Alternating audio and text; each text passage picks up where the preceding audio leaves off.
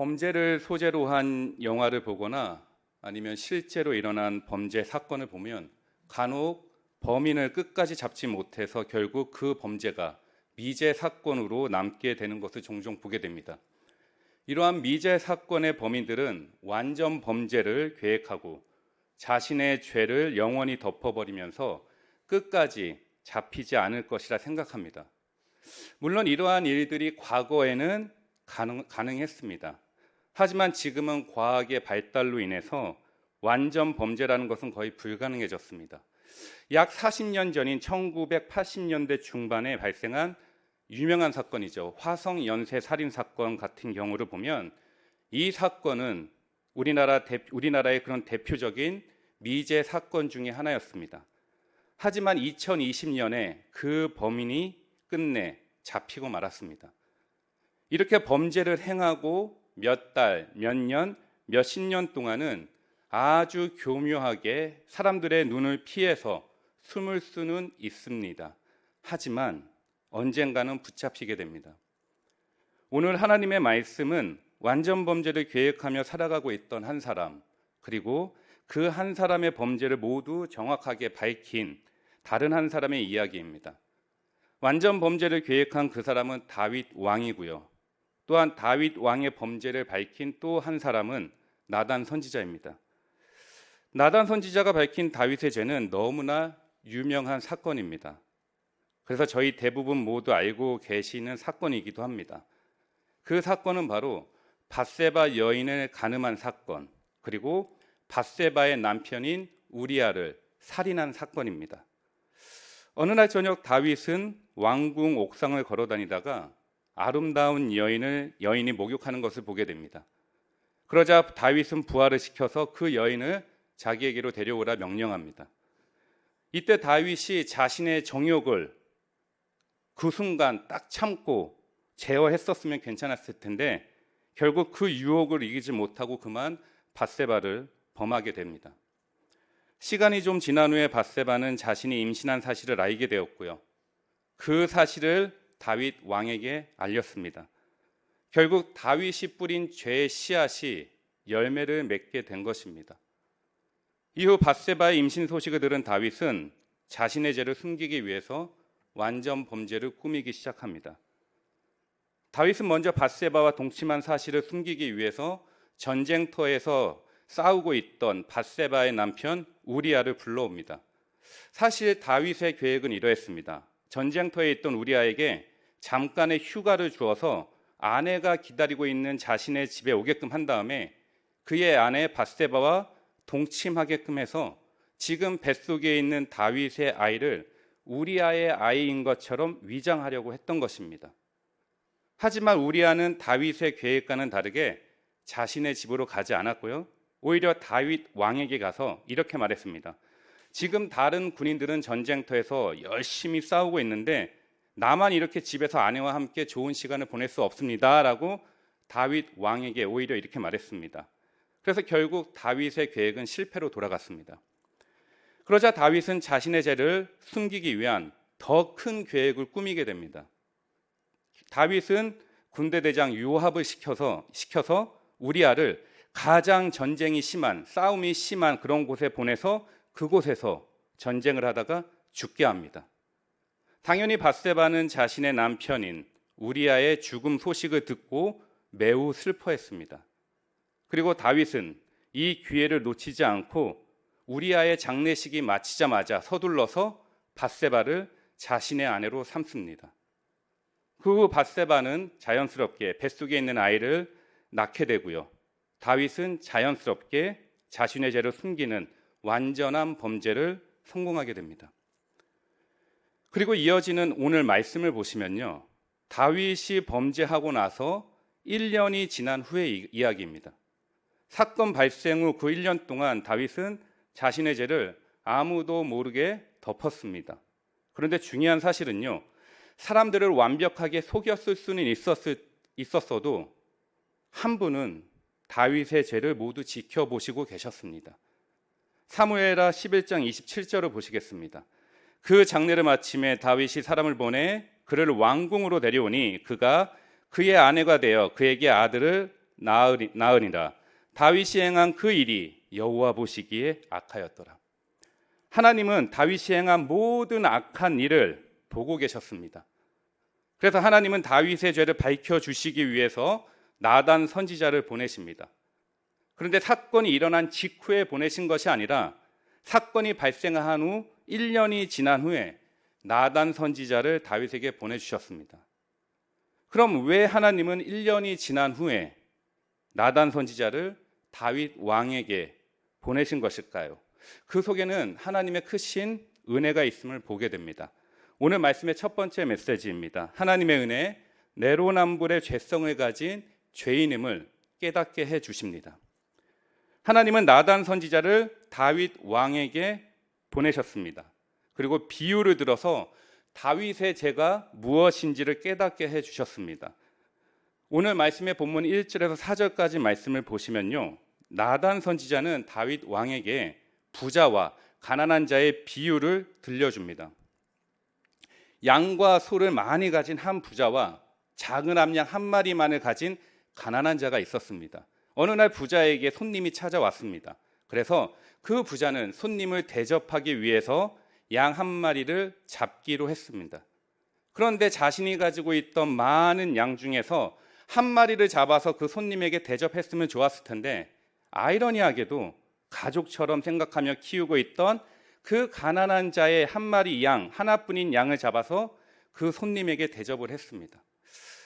여기서 많은 양과 소를 가진 부자는 아시다시피 많은 첩을 가지고 두고 있었던 다윗 왕을 뜻합니다.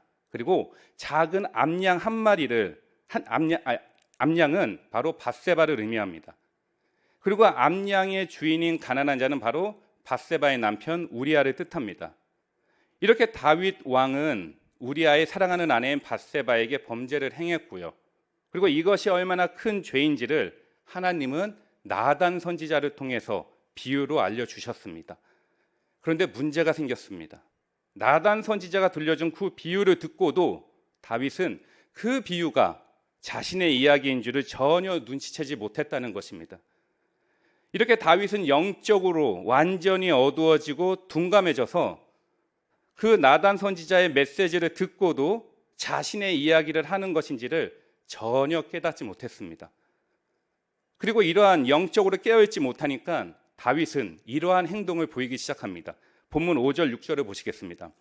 다윗이 그 사람으로 말미암아 노하여 나단에게 이르되 여호와의 살아계심을 두고 맹세하노니 이 일을 행한 사람은 마땅히 죽을 자라. 그가 불쌍히 여기지 아니하고 이런 일을 행하였으니 그 양 새끼를 네 배나 갚아 주어라 하리라 한지라. 다윗은 자신의 죄를 전혀 깨닫지 못했습니다. 그럼 그 이유가 무엇일까요? 바로 자기 자신을 정확하게 볼 수 있는 영적인 눈이 전혀 깨어있지 못했기 때문입니다. 더 정확히 말씀드리면은 다윗은 어렸을 적에 골리앗을 물리친 그 순수함의 믿음과 겸손함이 이제 왕이 된 후로 점점 교만함으로 변해갔기 때문입니다. 그럼 겸손이 교만함으로 변하게 되면 나타나게 되는 대표적인 특징이 있는데요. 그 특징은 바로 내로남불의 모습이 나타난다는 것입니다. 즉 내가 하면 로맨스, 남이 하면 불륜인 것처럼 나의 들보, 큰 들보는 전혀 보지 못하고 남의 그 작은 티끌만 보면서 지적하고 정죄하는 존재가 되어버린다는 것입니다. 누가복음 6장 41절을 보시면은 어찌하여 형제의 눈 속에 있는 티는 보고 내 눈 속에 있는 들보는 깨닫지 못하느냐. 예수님께서 비유하신 말씀이신 이 형제의 눈 속에 있는 티와 또한 자신의 눈 속에 있는 들보의 관계를 보시면서 우리 자신에게 적용시키면요, 정작 나에게는 너무나 큰 결점, 너무나 큰 죄가 있음에도 불구하고 그 죄의 커다란 결점을 보지 못하면서 상대방이 아주 작은 것, 그래서 눈에 잘 보이지도 않는 그 결점을 보고 정죄하고 욕한다라는 것입니다. 그래서 예수님은 이렇게 다시 말씀하셨습니다. 누가복음 6장 42절을 보시겠습니다. 너는 내 눈 속에 있는 들보를 보지 못하면서 어찌하여 형제에게 말하기를 형제여 나로 내 눈 속에 있는 티를 빼게 하라 할 수 있느냐. 외식하는 자여 먼저 내 눈 속에서 들보를 빼라. 그 후에야 내가 밝히 보고 형제 눈 속에 있는 티를 빼니라. 예수님은 말씀하셨습니다. 너가 상대방의 결정과 잘못에 대해서 지적하기 전에 먼저 너의 잘못과 결정과 죄를 빼내어라. 즉 다시 말해서 너가 먼저 너의 죄를 하나님께 철저하게 간절하게 회개해라라는 것입니다. 영적으로 어두운 사람과 영적으로 깨어있는 사람들 사이에는 커다란 차이점이 있습니다. 그 차이점은 바로 지적에 대한 차이입니다. 이 말의 의미는요, 영적으로 깨어있지 않는 사람은 남에 대한 지적을 잘합니다.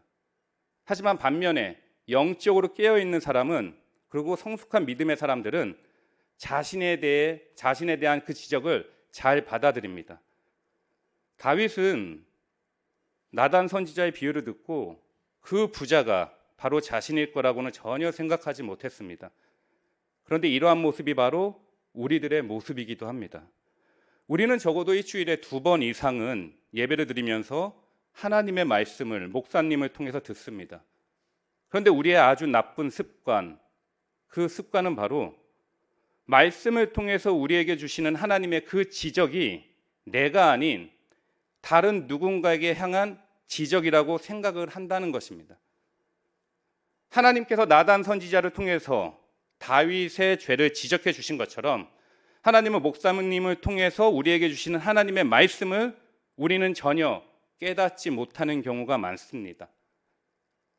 그래서 우리는 우리 스스로에게 이렇게 말합니다.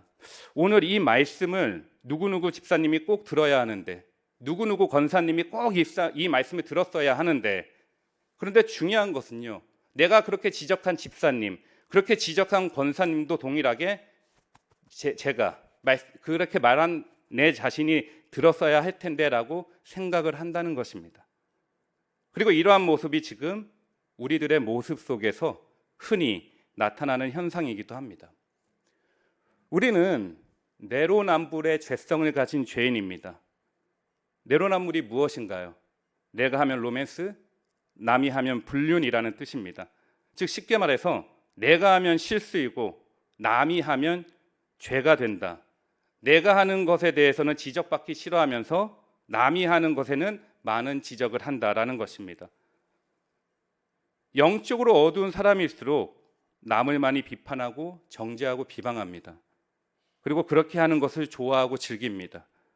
반면 영적인 믿음의 사람일수록 남을 지적하는 것보다 겸손하게 자신을 향한 그 지적을 받아들이고 죄를 회개합니다.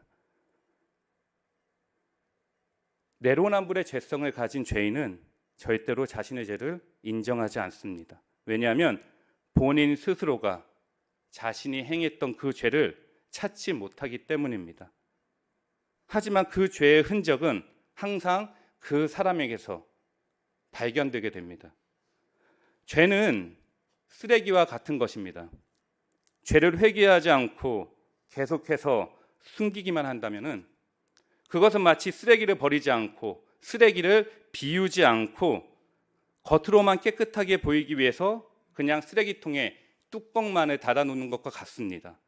그러면 외적으로는 전혀 문제가 없이 깨끗해 보입니다. 하지만 문제는요, 눈에 보이진 않지만 여전히 쓰레기의 흔적은 거기에 남아 있습니다. 그러면 그 흔적은 무엇일까요? 눈에 보이지 않는 쓰레기 냄새입니다. 우리 인간의 죄도 이와 같습니다. 우리는 충분히 우리의 죄를 감출 수 있습니다.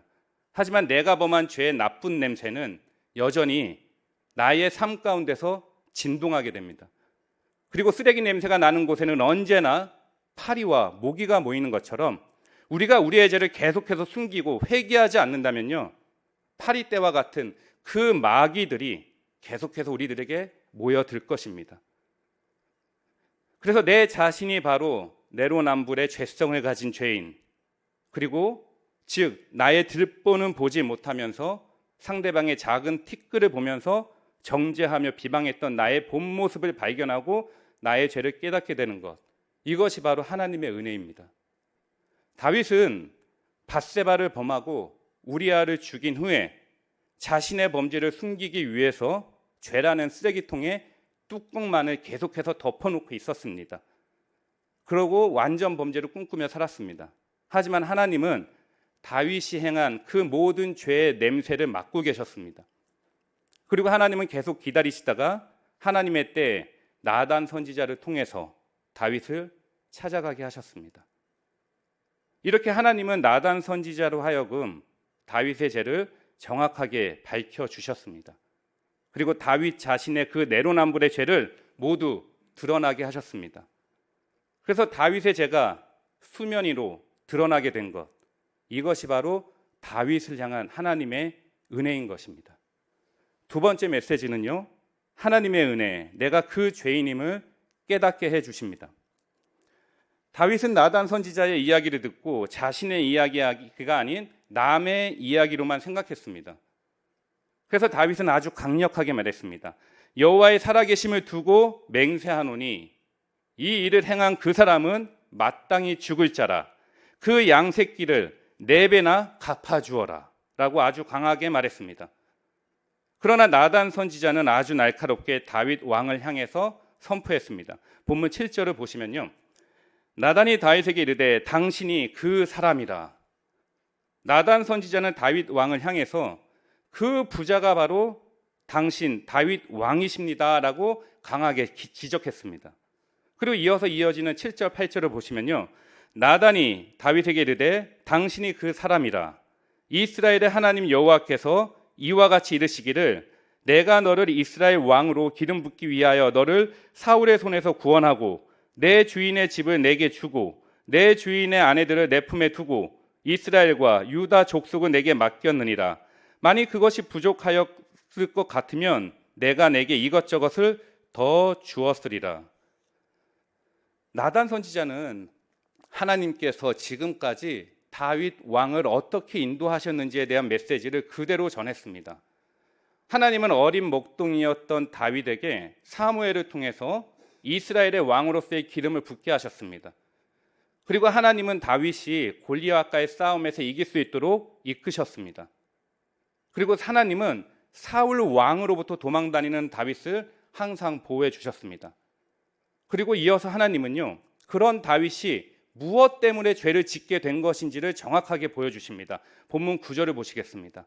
그러한데 어찌하여 내가 여호와의 말씀을 업신여기고 나 보기에 악을 행하였느냐. 내가 칼로 햇사람 우리아를 치되 암몬 자손의 칼로 죽이고 그의 아내를 빼앗아 내 아내로 삼았도다. 나단 선지자는 다윗이 범한 가장 큰 죄가 무엇인지를 정확하게 지적했습니다. 다윗은 밧세바를 범했습니다. 아주 큰 죄입니다. 그리고 우리아를 죽였습니다. 너무나 큰 죄입니다. 그리고 이 두 죄 가운데서 하나만 범했어도 용서받지 못할 만큼 큰 죄였습니다. 그런데 다윗은 이 두 죄를 한꺼번에 다 범했습니다. 그런데요, 하나님이 강조하시는 다른 중요한 것을 우리는 말씀 속에서 찾아볼 수 있습니다. 밧세바를 범한 죄, 우리아를 죽인 죄, 둘 다 너무나 큰 죄입니다. 하지만 세상의 죄는 이 둘만이 있는 것이 아닙니다. 우리가 살아가면서 짓는 죄의 종류는 너무나 많습니다. 그런데 그 많은 죄들이 출발하는 그 출발점은 하나입니다. 그리고 다윗도 그 순간부터 죄를 짓기 시작한 것임을 성경은 말하고 있습니다. 그럼 그 죄가 시작되는 그 출발점은 무엇이라고 말씀하는 것일까요?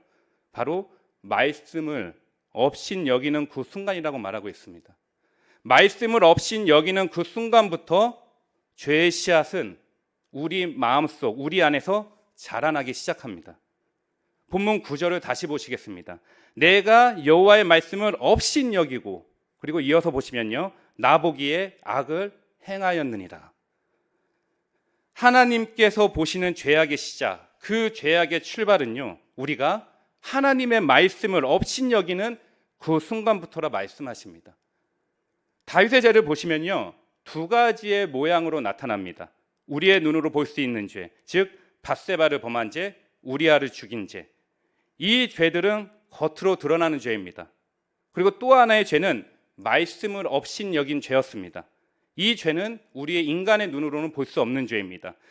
그래서 보통 우리가 생각할 때 말씀을 어기는 죄보다 눈에 보이는 살인죄와 간음죄를 더 큰 죄라고 우리는 생각합니다.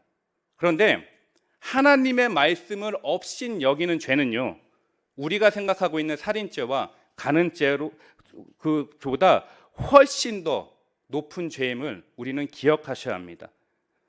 그 이유는요, 말씀을 없인 여기는 죄는 곧 하나님의 존재, 하나님의 그 질서와 법을 무시하는 것이고요, 또한 이것이 곧 하나님을 부정하는 죄가 되기 때문입니다.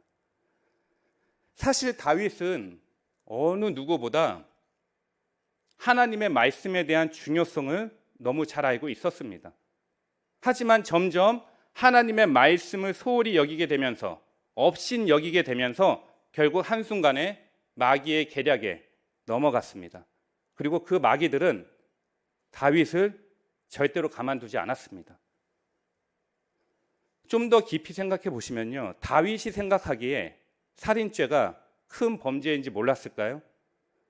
다윗이 생각하기에 간음죄가 큰 죄인지 몰랐을까요? 아닙니다. 다윗은 그 죄들이 분명히 십계명에 쓰여져 있는 죄임을 분명히 알고 있었습니다.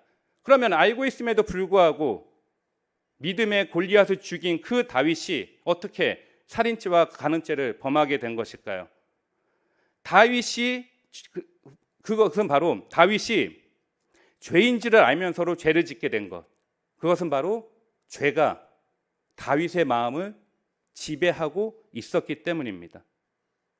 다윗은 말씀 아래에 있던 것이 아니라 본인 스스로가 하나님의 말씀을 없인 여기면서 죄의 그늘에 있기를 원했던 것입니다. 우리도 마찬가지입니다. 우리가 하나님의 말씀을 없인 여기는 그 순간부터 우리는 죄의 그늘에 머물기 시작합니다.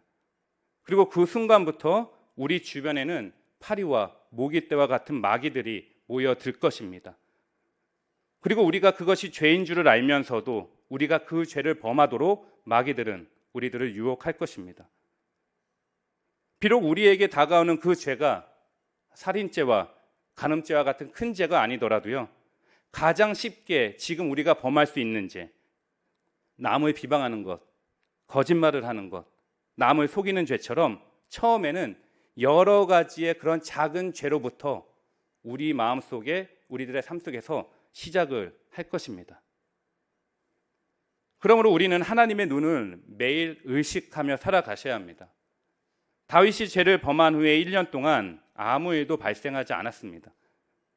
그래서 다윗은 스스로 완전 범죄를 꿈꾸며 살았습니다. 하지만 하나님은 계속해서 그 다윗을 보고 계셨습니다. 하나님은 다윗이 혼자서 무엇을 하고 있었는지를 계속 보셨습니다. 혼자 무엇을 생각하고 있는지를 다 알고 계셨습니다. 그리고 혼자 옥상을 걸어다니면서 밧세바를 보았을 때 어떤 마음을 품고 있었는지를 모두 알고 계셨습니다. 그리고 하나님은 나단 선지자를 통해서 그 죄인이 바로 너다라고 다윗의 죄를 정확하게 밝혀주셨습니다. 그래서 그 죄인이 바로 다윗 자신이라고 깨닫게 된 것, 이것이 바로 다윗을 향한 하나님의 은혜입니다. 그리고 우리들에게 있어서도요, 그동안 남몰래 숨기고 있었던, 나만 알고 있는 죄를 수면 위로 올려주셔서 그 죄를 보여주시고 깨닫게 해주시는 것, 그래서 그 죄인이 바로 나였구나라고 깊이 깨닫게 해주시는 것, 그것이 바로 우리를 향하신 하나님의 크신 은혜임을 우리는 고백할 수 있습니다. 세 번째 메시지입니다. 하나님의 징계, 이것은 하나님의 은혜입니다 라는 말씀입니다. 이제 나단 선지자는 다윗이 받아야 하는 하나님의 징계에 대해서 선언합니다. 그 첫 번째 징계는 칼이 다윗의 집안에서 떠나지 않을 것이다 라는 징계입니다. 본문 10절을 보시겠습니다. 이제 내가 나를 업신 여기고 햇사람 우리아의 아내를 빼앗아 내 아내로 삼았은즉 칼이 내 집에서 영원토록 떠나지 아니하리라 하셨고, 그리고 실제로 다윗의 집안에는 형제들 간의 다툼, 그리고 아들이 아버지를 죽이려는 상황이 발생했습니다. 그리고 이어지는 징계는요, 다른 사람들이 다윗의 아내를 빼앗을 것이다 라는 것입니다. 본문 11절을 보시겠습니다. 여호와께서 또 이와 같이 이르시기를 보라, 내가 너와 내 집에 재앙을 일으키고 내가 내 눈앞에서 내 아내를 빼앗아 내 이웃들에게 주리니 그 사람들이 내 아내들과 더불어 백주에 동침하니라. 이렇게 하나님은 다윗이 받게 될 징계에 대해서 선포하셨습니다. 그런데 하나님의 징계를 자세히 보시면요, 놀라운 특징 하나가 있음을 보게 됩니다. 죄는 다윗이 졌습니다. 하지만 다윗을 향한 하나님의 징계는요, 다윗 한 사람의 죄로 인해서 다윗의 후손들까지 큰 피해를 보게 하셨다는 것입니다. 이렇게 다윗에게 내려진 하나님의 징계를 보시면서 우리는 하나님의 징계에 대한 특징이 무엇인지를 주의 깊게 기억하시는 것이 너무나 중요합니다. 저번 주 새벽 예배 말씀이었던 민수기 16장에서는요, 고라, 다단, 아비람의 이야기가 나옵니다. 이 세 사람, 고라, 다단, 아비람은 하나님께서 세우신 모세의 영적 권위에 반역하며 대적했습니다. 그리고 그 결과 그들을 추정하며 따랐던 250명의 무리들과 함께 또한 그들의 모든 가족까지 하나님께 심판을 받았습니다. 그리고 반면 우리는 기생 라합에 대해서 잘 알고 있습니다. 라합은 여리고성에서 유일하게 하나님께 향한 적극적인 믿음을 가진 그러한 여성이었습니다. 여호수아 그 이스라엘의 군대가 여리고를 공격할 때 미리 라합과 약속한 대로 그녀의 집을 침범하지 않았습니다. 그래서 그 결과 라합 한 명으로 인해서 그 온 가족이 모두가 구원을 받게 되었습니다. 저희가 기억하셔야 하는 것은요, 내가 하나님의 말씀을 귀히 여기고 간절히 사모하면 나 혼자만 복을 받는 것이 아니라 나 한 사람으로 시작으로 내가 속한 공동체 그리고 나의 자녀, 후손들까지 하나님의 축복을 받게 된다는 것입니다. 하지만 반면 내가 하나님의 말씀을 어기면서 죄를 회개하지 않고 계속해서 짓는다면 나 한 사람으로 인해서 내가 속한 공동체 그리고 나의 자녀들, 후손들까지 하나님의 심판을 받게 된다는 것입니다. 사실 다윗은 밧세바와의 그 관계가 하룻밤의 관계로만 끝날 것으로 생각했을 것입니다. 하지만 한 사람의 잘못된 그 생각 하나가 결국 아들을 지나서 손자 시대에 가서 같은 동족이었던 그 이스라엘이 남유다와 북이스라엘로 갈라지게 되는 큰 아픔을 경험하게 만들었습니다. 그리고 하나님은 계속해서 다윗에게 말씀하십니다. 본문 12절을 보시겠습니다. 너는 은밀히 행하였으나 나는 온 이스라엘 앞에서 백주에 이 일을 행하리라. 하나님은요, 다윗이 범한 죄를 이스라엘 백성들이 모두 다 볼 수 있도록 밝히겠다 말씀하셨습니다. 너 다윗이 받게 되는 징계를 모든 백성들이 볼 수 있도록 하겠다 선포하신 것입니다. 그런데 중요한 것은요, 이것이 바로 모든 사람들이 알 수 있게 하시는 하나님의 그 인도하심이 이것이 바로 하나님의 은혜라는 사실입니다. 다윗은 일반 사람이 아니었습니다. 다윗은 이스라엘의 왕이었습니다. 다윗은 한 나라의 리더이면서 영적 지도자였습니다. 그래서 더욱더 하나님의 말씀과 동행하며 살아가야만 했습니다. 그리고 오늘 이 자리에 계신 저희 모든 분들도 교회의 여러 가지 사역들을 담당하시고 계신 주님의 일꾼들이십니다. 그래서 교회의 많은 사역들을 담당하시는 분들일수록 더욱더 조심하셔야 하는 것은요, 우리의 모든 행동과 말투 하나하나가 모든 사람들이 보고 있다는 것입니다. 영적 리더자인 다윗이 더욱더 그랬습니다. 그래서 우리의 모든 행동과 말투 하나가 믿음의 공동체 안에서 좋은 모범이 되어질 수도 있고요, 반면 우리의 그 조그마한 그 말투 하나가 나쁜 모습의 본이 되어줄 수 있다는 것입니다. 영적인 삶으로 살아가는 좋은 모습을 보이는 리더자는 공동체 안에서 선한 영향력을 끼칠 수 있겠지만요, 반대로 세상적인 관점, 세상적인 마음으로 교회 생활을 하고 종교 생활을 하는 그 리더자는 공동체에 나쁜 영향력을 끼치게 될 것이라는 것입니다. 하나님께서 다윗의 삶을 직접 간섭하셔서 아무도 모르고 있던 그의 숨겨진 죄를 모두가 알 수 있게 하신 것, 이처럼 우리 하나님은요, 교회의 공동체의 리더자일수록 더 많은 간섭을 행하십니다. 그래서 우리의 잘못과 죄를 깨닫고 회개할 수 있도록 우리를 인도하십니다. 그런데 그럼에도 불구하고 우리가 깨닫지 못할 경우 하나님은 더 큰 간섭하심으로 우리의 죄를 많은 사람들이 알 수 있도록 밝혀주십니다.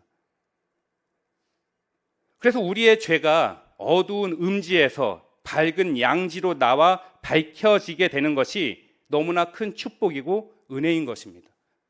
중요한 것은요, 마귀 사탄은 죄인의 죄를 절대로 인식하지 못하게 만듭니다. 그래서 마귀는 한 영혼을 죄의 길로 유혹할 때 절대로 나쁜 소리를 하지 않습니다. 절대로 싫은 소리 하지 않습니다.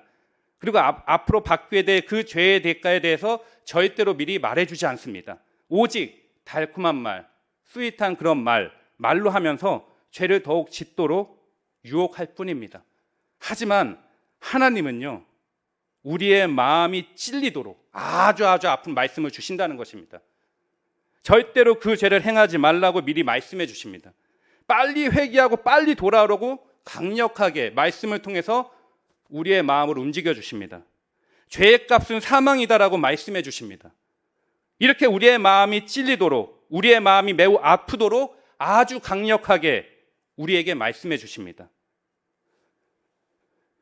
그래서 다윗뿐만이 아니라 우리가 바로, 내 자신이 바로 내로남불의 죄임을 알게 하시고 우리가 그 죄인임을 인식하게 하시는 것, 그리고 더 나아가서 우리에게 징계를 주시는 것, 하나님께서 행하시는 이 모든 것들은 우리를 향하신 하나님의 사랑의 개입, 영적 개입이고요, 이것이고 우리를 향하신 하나님의 크신 은혜입니다. 보통 우리는 하나님의 징계라 말하면 이것을 하나님의 형벌과 같은 뜻으로 생각하십니다. 하지만 하나님의 형벌과 하나님의 징계에는 큰 차이점이 있습니다. 우리 인간의 죄에 대한 하나님의 형벌과 징계는 그 목적, 그 결과가 다릅니다. 형벌과 징계에는 아픔과 슬픔과 공동이 같이 따릅니다. 하지만 하나님의 징계는요, 한 영혼을 바르게 고치시기 위한 하나님의 사랑과 은혜가 담겨져 있습니다. 그래서 다윗이 하나님께 받은 죄의 대가는 단순한 그런 형벌이 아니라 하나님의 사랑이 담긴 징계입니다.